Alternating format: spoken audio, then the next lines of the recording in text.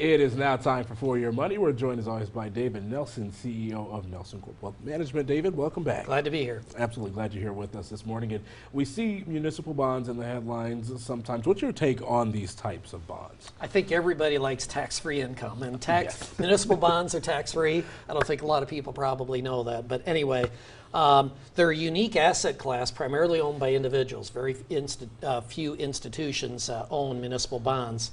The perception is they've been extremely safe for a long, long time. The problem is, in recent history, we've had a couple blow-ups. Puerto Rico, we've had a blow-up in Detroit. We had a few blow-ups as far as in California. So not risk-free, but nevertheless pretty nice and tax-free. Certainly. And most people obviously watching us live in Illinois or Iowa. How do they go as far as those states go? So it's key to understand, and we've got a wonderful chart here to kind of explain some of this, but let's start with the basics. The way bonds work is when interest rates go up, the value of your bond goes down. So what this is going to illustrate here, and think of it in terms of a teeter-totter, we've had a really nice run. The top line here in yellow is Iowa, and we're looking from 16, roughly the election time, to 19, very current here. It's been a really nice asset class to own. Now 16, what's interesting here, what took place was that we had the municipal bond market sell off. This primarily was driven by the election and President Trump's desire as far as to lower tax rates and whether municipal bonds are going to make sense going forward with the new tax code. The other two lines here are illustrating Illinois, and it's illustrating the national average. And what we see during, again, this short window here is that the Iowa municipal bonds have actually performed brilliantly during this period of time. And what about some of the recent headlines that we've seen about Illinois specifically? Yeah, Illinois, that's slide 2. I would like to address the issue as far as what's taking place here. And this is looking at the yield. So remember the teeter-totter and understanding. So as interest rates drop, the value of your bond goes up. And what we've seen here in recent times is that the values, the interest rates have actually gone down pretty significantly. Now, Illinois has a little pop rate here at the end. In other words, interest rates have gone up. What's being caused is some of the speculation as far as there's lawsuits flying around in Illinois as far as trying to stop some of the issuance as far as bonds that have been put on the market. So the Illinois bonds not performing as well as the Iowa bonds, but nevertheless, both of them have dropped pretty significantly. Interest rates, kind of like we discussed a month or so ago, these are big, huge drops. And if you happen to be one of the holders of those bonds during those periods, you've done really, really well. Yeah, so what does this mean for tax planning moving forward? Tax planning moving forward, clearly, as far as for most individuals, they should contemplate as far as looking at some of these as an investment alternative as far as for them. The key is to understand, is the risk worth it as far as, and if we look at the Illinois bonds right now with some of the problems in Illinois, the question is whether we buy those bonds or whether we just go with a diversified. When we call them tax-free, they're federally tax-free. If you happen to be an Illinois resident and you buy an Illinois bond, that will be tax-free as well. So be very careful on what you buy. They're a great asset class to own, though. Good stuff, David. Thanks so much. Thank you, Rederick. Appreciate it. And if you missed any of our discussion, we'll make it available for you on our website, ourquadcities.com.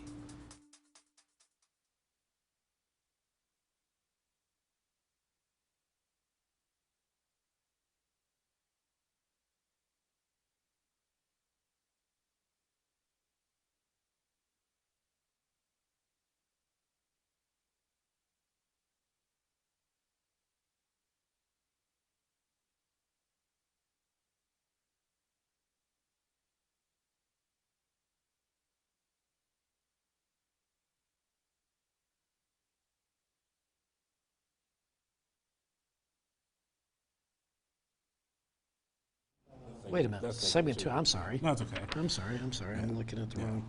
What did he put here? Questions for short version. There you go. Question 1. We see municipal bonds. Okay, so the first question. Headlines, and then what about some of the recent headlines? Okay, so we're just going to show the first graphic with the first question instead of waiting for the second one. And then the second question, we'll use the second graphic. Yep. Yeah, exactly. Okay. Perfect. Great explanation. Yeah.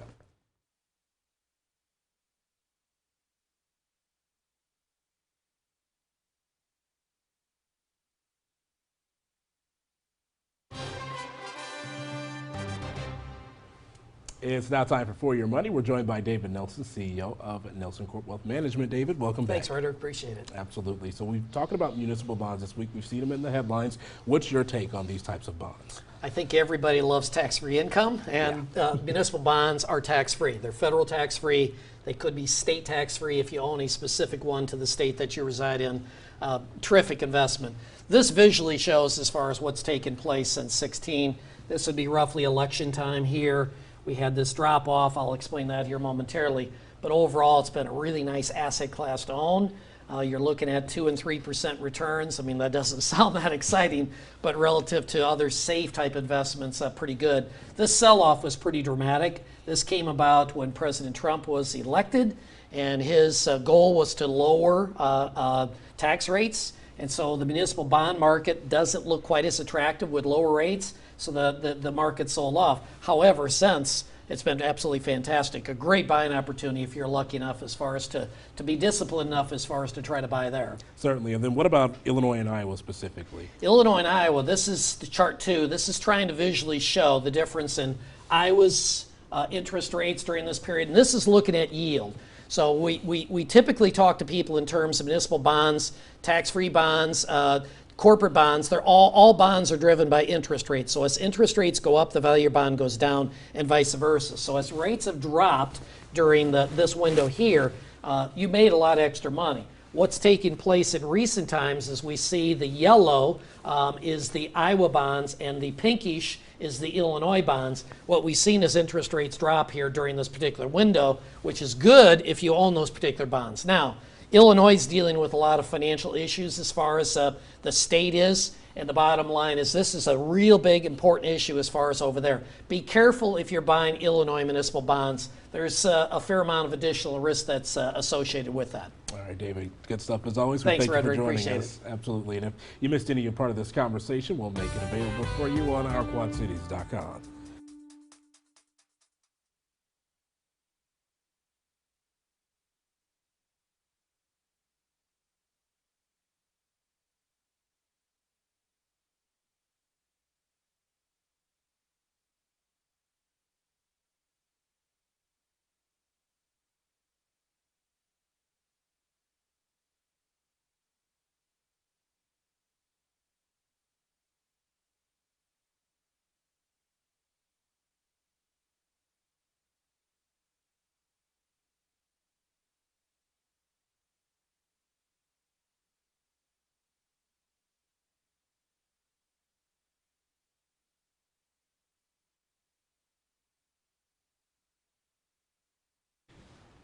Actually bringing notes this time. There you go. I got a checklist of items here, so. Oh, Oh, yeah. Well, I can actually, huh? I'll put it over here. Yeah, good. yeah.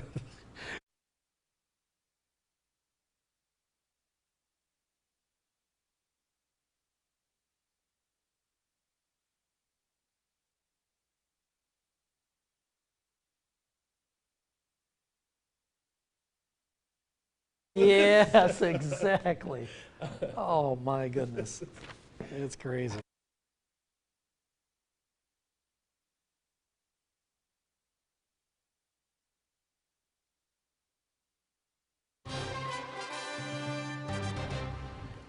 For Your Money time, we're joined by David Nelson, CEO of Nelson Corp Wealth Management. David, welcome back. Thanks, Ryder. Appreciate it. Absolutely. So we're now squarely in the middle of the year. Those taxes are behind us. People are starting to think about vacation. Yes. As a financial advisor, what's something that you think people should be thinking about at this moment? We're always boring. The important stuff is boring. This list here, I think, is a good place to start as far as to address the issue. So talking 401k specifically here, looking at the numbers, $5.2 trillion as far as invested, 20% of all assets are in it, 55 million people are participating, 89% of employers are putting money in. So it's really important that individuals understand this is a bedrock for most individuals on their retirement as far as going forward. So they've got to pay attention to that as far as the benefits that exist there. And again, exploit those opportunities that exist there. Well, certainly, and obviously those accounts are extremely important. So what things specifically can people do to make sure that they're doing it the right way? This list is so crucial. I brought notes today for the first time. I want to make sure I address all the issues. First time. So anyway, we want to maximize the match. So many people are getting matches and they're not taking advantage of it at work. Most employers, you put in 6% as far as out of your paycheck, I'll put in 3%. So you've got to take advantage of that. That's a 50% return as far as on your money. Next is you got to pay attention to what you're investing in. So many people, we ask them, what's your money invested in? They have no idea. So there's good investments in 401k plans. There could be some duds. So you got to be aware of that, and you got to be aware of costs. The other thing is you've got to coordinate this as far as with the outside investments that you may have. Coordinating the investments that are in the plan as well as outside the plan. You've got to look and see if they have a Roth option. We talk about the Roth IRA, the 401k all the time. It's a great tool, folks, that you should be using. We want to make sure that we look and see if I'm over the age of 50 that I maximize the benefits or the benefits that are offered to me by putting in the maximum amount in my plan. There's a catch-up provision. And lastly, we got to check the beneficiary designations. And again, this is often overlooked for many individuals. You want to make sure to check as far as those. Absolutely. And what about some other things that people may not be thinking about as much, should probably be thinking about more? These are two cutesies, and I mean, they're really good. Unfortunately, we don't have a lot of time here. The first one is consider taking your IRA and putting it into your 401k at work to allow you to be able to do Roth conversions as far as with other money. It's a little complicated. You need to work with somebody that knows what they're doing, but it can be a great strategy as far as helping you in retirement. And the last one, and this applies to a factory that isn't too far from here. This is a big item where people have bought stock as far as a company stock. They've made a lot of money in it, and if they retire and they roll that over to an IRA, they lose a huge tax benefit. There's a provision that allows those individuals to be able to extract that stock and get tax preferred treatment as far as with that money. So that's a biggie, again, for individuals that have company stock in their plan. David, all kinds of great information there. We appreciate it. Love as it. always. Glad to be here. Absolutely. And if you missed any part of our discussion, we'll make it available for you on our website. That's ourquadcities.com.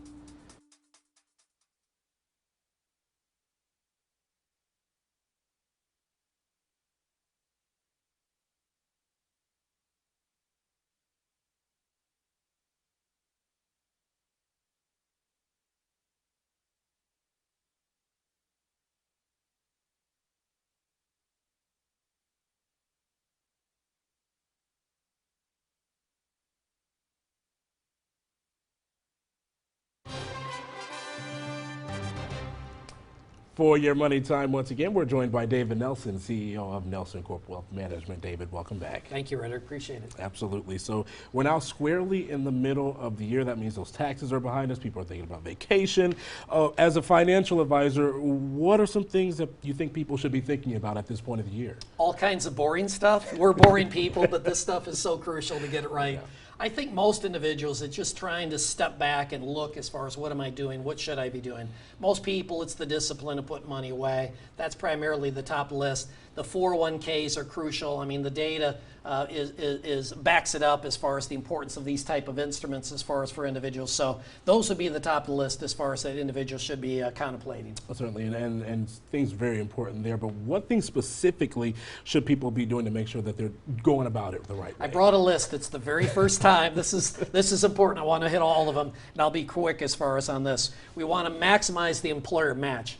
Too many times people have matches that they're receiving as far as at work, but they're not putting any money in, so they don't get the match. It's a 50% return on most plans, so you definitely want to do that. You got to pay attention as far as where the money, what's it going into. This is crucial as well. A lot of people, they're putting money into the plan, they have no idea as far as what they're putting into. Check and make sure that's good quality. Number two, as far as the cost, we've got to focus on that. We've got to coordinate this with other outside investments. Many times people aren't doing that. They have non-IRA money and then they have the 401k money, and they haven't coordinated as far as the two. See if your plan has a Roth option. This is very, very important as well. Catch-up provision, if you're 50 and up, you can put in additional money as far as into your 401k. And last but not least, make sure those beneficiaries are current.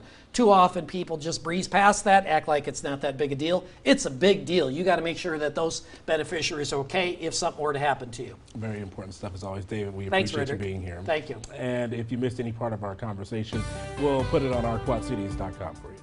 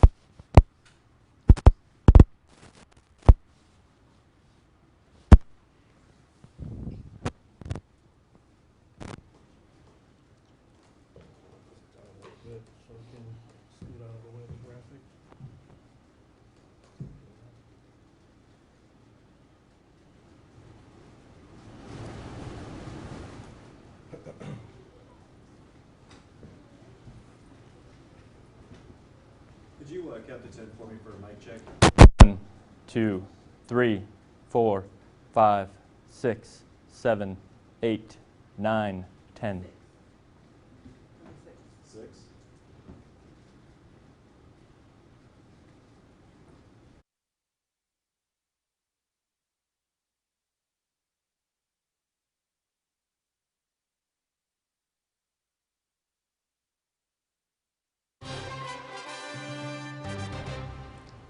It is now time for Your Money. We're joined by Nate Kreinbrink of Nelson Corp Wealth Management. Nate, good morning. Thanks, Frederick. Thanks for having me today. Absolutely. I'm sorry. Is that his mic cutting out like that?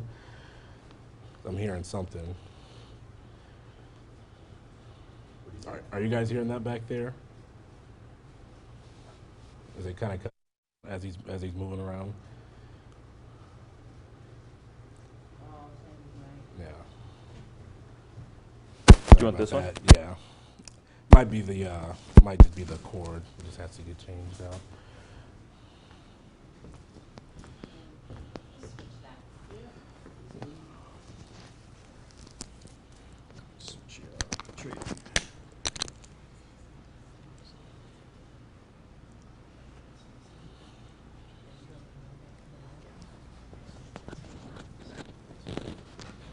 Should be good to go now. Just hide the cord a little bit in the pocket.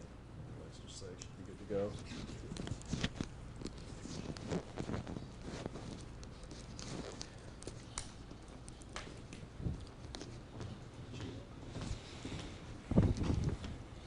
Perfect. All right, count to 10 for me one more time. 1, 2, That's 3, 4, 5, 6, 7. And then take a 9. step back away from red. There we go. Gotcha. Awesome.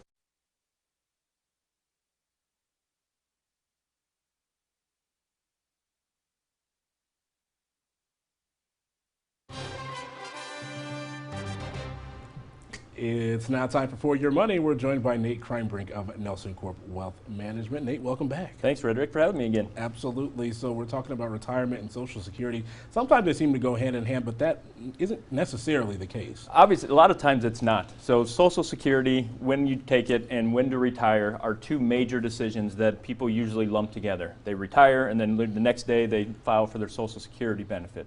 But what we want people to do is look at these decisions as two separate ones when making them. And a lot of times people come to me and say, no, I'm not telling you to work until age 70, but when you retire, you can delay your Social Security benefits up until age 70, and during that time period, there's some planning that we can do. And also with your Social Security benefit, when we lock this in, we don't want to lock in a lower benefit for the rest of our lives. So again, we want to try to maximize that. And if you're married, trying to coordinate that as well. Now, if these two separate decisions are in fact separate, how do people kind of bridge that gap between retirement and the Social Security Great benefits? question. I think we have a chart here that kind of illustrates some of this here. And this chart up top is fairly common breakdown of retirement assets when we work with people. With the blue section there being tax deferred, so traditional 401k, traditional IRAs, the gold there being Roth accounts, and then the other one being taxable accounts, so checking, savings, individual accounts. But with this being the blue here being the bulk of people's assets through retirement accounts, through their 401ks, when that money comes out, that is taxable to them. So we want to look at from the time when we retire, okay, up until age 70, there's a window of opportunity there where we can take that out at lower tax brackets. So if we can take more money out of these accounts at lower taxes, we're going to be able to keep more in our pocket and pay less in taxes. Well, by doing so, we're bridging that gap up until age 70 when potentially we could maximize our Social Security benefit, and it's going to be the biggest at that point in time. And that's kind of shown down here by this graph as far as individual stops working, their tax brackets considerably drop off. During this time period is when we want to try to take as much money out of these accounts as we can at a lower tax bracket. And then at age 70, switch over to our bigger Social Security benefit. And then as well, these tax deferred accounts have what we call a required minimum distribution, meaning at age 70 and a half, if you haven't taken money out of it, you have to start taking a percentage out. So that's added onto your income as well.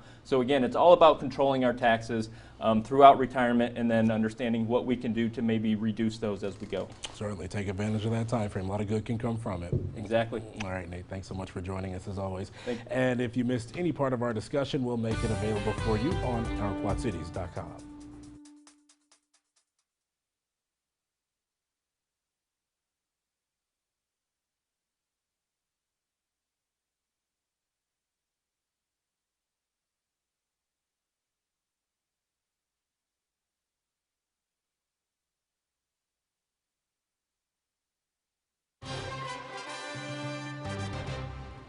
It is now time for Your Money. We're joined by Nate Kreinbrink of Nelson Corp Wealth Management. Nate, welcome back. Thanks for having me again, Rick. Absolutely. So we're talking retirement and Social Security this week. Kind of seem to go hand in hand, but that always isn't quite the case. Two major decisions that people make as they progress throughout their lives: when to retire and when to take Social Security. A lot of times what people do, they retire, the next day they flip on their Social Security benefits. What we want people to focus on is when you're making these decisions, they need to be two separate decisions as far as when you're doing these. We want to delay Social Security a little bit to maximize that benefit as much as we can. And during that time period, we want to be able to maximize any tax savings that we can potentially have throughout there. Certainly. So if those two decisions are in fact separate, how do people bridge the gap between them? So we have a chart that I showed here as far as a breakdown on the different retirement assets that individuals have. The blue being tax deferred account, your traditional 401ks, traditional IRAs. The Roth accounts is the other one, and then individual CDs, checking savings accounts. Sorry, I'm going to have to start that over. Can you throw that on Do Not Disturb, please?